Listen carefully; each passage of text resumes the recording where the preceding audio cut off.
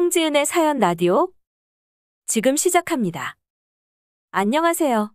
제가 원래 어른들한테 막말하는 사람이 아닌데 저희 시모, 노망난 할망구 때문에 이혼했습니다. 정말 별거 아닌 걸로 사람을 미치게 하는데 그것도 재주라면 재주겠죠. 처음에 시어머니를 봤을 때는 정말 인자하고 사람 좋은 그런 분인 줄 알았습니다. 시집살이 시킬 게 뭐가 있냐며 요새 애들 맞벌이 하느라 바쁜데 그런 짓을 왜 하냐며 시짜질 혐오하는 그런 사람인 척을 했죠. 하지만 말 그대로였어요. 시집살이만 안 시키고 별의별 그지 같은 일들로 사람을 미치게 해요. 결혼하고 나서부터는 일단 말투부터가 확 달라졌습니다. 연애하는 동안에는 너무나 인자하시고 좋은 분 같아 보였기에 남편이 시어머니가 혼자 사시는 게 걱정된다고 했을 때 저도 어느 정도 공감은 했습니다. 그래도 합가는 좀 그렇고 가까운 곳에 전세를 얻어들이는 쪽으로 남편과 얘기가 되었어요. 그것부터가 큰 실수였죠. 아니, 노인네가 작정하고 원하는 걸 얻어내려고 연기하는데 그걸 제가 무슨 수로 알겠어요. 시어머니는 허구한 날 저희 집으로 찾아왔습니다. 비밀번호를 바꾸면 되지 않냐고 하시는 분들도 있겠지만 이미 수차례 시도해봤죠. 안 알려주면 자기가 뭔 짓을 했다고 안 알려주냐며 온갖 난장을 피우세요. 그것 때문에도 남편하고 참 많이 싸웠습니다. 남편이나 저나 퇴근하고 저녁에 집에 와서 밥을 먹어야 하잖아요. 근데 꼭 남편 밥만 차려 드세요. 제가 몇 번은 밥 꺼내서 같이 먹었더니 저를 엄청 째려보시더라고요. 그 다음부터는 밥상을 차려 드시고 남편이 저랑 마주보고 앉아있는데 그 중간에 떡하니 앉아서 고기 반찬만 본인 앞에 놓고 남편 밥그릇에 하나씩 올려주는 거예요. 그러다가 제가 젓가락 뻗으면 손으로 모르는 척하고 가리고 계시더라고요. 제가 시어머니한테 손 좀 치워달라고 저도 좀 먹자고 하면 직접 하나 부스러기 같은 거 제 밥그릇에 놔주세요. 그리고 마트에서 고기나 음료수 같은 거 사오면 꼭 냉장고 속에 숨겨두시는데 냉장고가 숨겨봤자 냉장고잖아요. 제가 일부러 찾은 것도 아니고 보이니까 음료수 좀 꺼내 먹고 그랬더니 나중에는 그걸 검은 봉지로 싸서 넣어두시더라고요. 그리고 남편한테만 주섬주섬 꺼내서 한 잔씩 따라주고 하시는 거예요.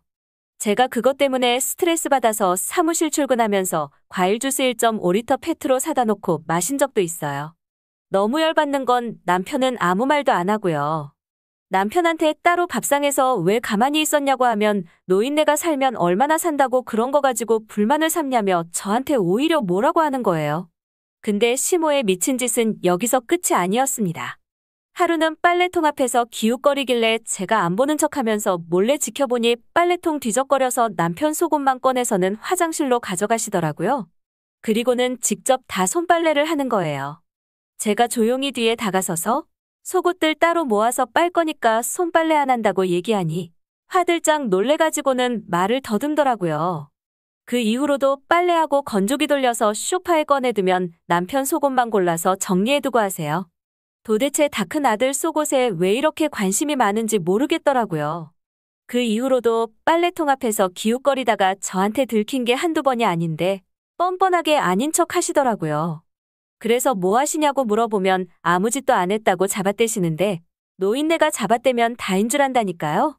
그러다가 하루는 저녁에 시어머니 댁으로 돌아가시고 나서 남편하고 한참 관계 중이었어요.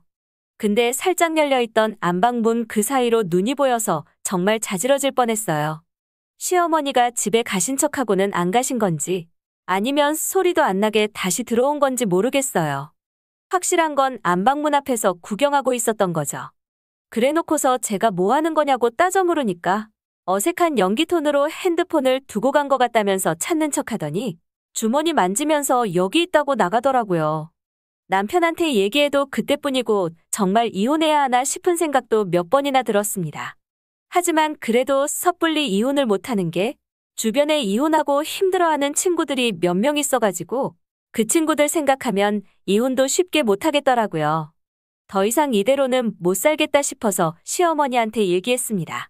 정말 사이좋게 잘 지내보고 싶은데 결혼 전이랑 왜 달라지셨냐고, 친하게 지내면 좋지 않냐고요. 그러면서 자연스럽게 같이 상담 한번 받으러 가보자고 했는데 시어머니는 대번에 표정이 변하면서 지금 자기 정신병자 취급하냐고 화를 내더라고요. 정신과 상담이 옛날처럼 잡아다가 사람 감금하고 그런 게 아니라고 해도 막무가내로 소리만 고래고래지면서 시엠이 알기를 우습게 한다며 깽판을 놓더라고요. 그날 저녁에 남편도 오자마자 저한테 자기 엄마 정신병원 데려가려고 했냐며 화를 내더라고요. 그때는 정말 이 모자는 글러먹었다는 생각이 들더라고요. 그래서 결국엔 이혼을 진지하게 고려해보게 되었고요. 근데 진짜 타이밍이 안 맞는 게 그때 임신 사실을 알아버렸어요. 아이까지 있는 상태에서 이혼하게 되면 제 인생만 고달파지게 생겨서 참 고민이 많았습니다. 시어머니는 제 임신 사실에 꼭 아들 낳으라고 하는데 그걸 제 맘대로 할 수 있는 것도 아닌데 저러는 거 보니 딸이면 앞길이 참 깜깜하겠더라 싶더군요. 그렇게 몇 주 지나서 성별이 나왔는데 설상가상으로 딸이더라고요. 시어머니는 저한테 온갖 욕을 하시면서 결국에 딸 임신한 거 보라며 저보고 하자 있는 년이라고 하시더군요. 그 말 듣자마자 싱글맘이고 뭐고 무조건 이혼해야겠다는 생각밖에는 들지 않았습니다. 시어머니는 저한테 반복적으로 신랑 양기 다 빨아가더니 결국 딸을 임신했냐며 딸이 뭐냐며 저를 볼 때마다 삿대질하고 혀를 차시더라고요. 저도 너무 스트레스 받아서 시모에게 얘기했습니다. 당신 남편이 씨를 이 모양으로 뿌려서 딸이 생긴 건데 그걸 왜 나한테 난리냐고요. 그랬더니 시모가 하는 말이 아주 가관이었습니다. 남편이 씨를 뿌리면 거기서 아들 정자만 낚아채는 것도 제 능력이라면서 저보고 모질이라고 하시더군요. 이제는 그러려니 했습니다. 그냥 하루빨리 남편하고 협의이혼이나 해야겠다는 생각밖에는 없었어요. 그래도 혹시나 하는 마음에 남편에게 시모와 좀 떨어진 곳으로 이사가는 게 어떠냐고 물었지만 역시나 엄마를 곁에 모셔야지 왜 그런 소리라냐며 저한테 대려 뭐라고 하더군요. 그렇게 며칠 후였습니다. 퇴근하고 집에 와서 냉장고에서 포도주스 한 팩 꺼내서 마시고 있는데 시어머니가 성큼성큼 다가오시더니 획 낚아채시더라고요. 그래서 너무 놀라서 쳐다보니 어디 아들도 못 갖는 게 이런 걸 먹냐며 저를 나무라더군요.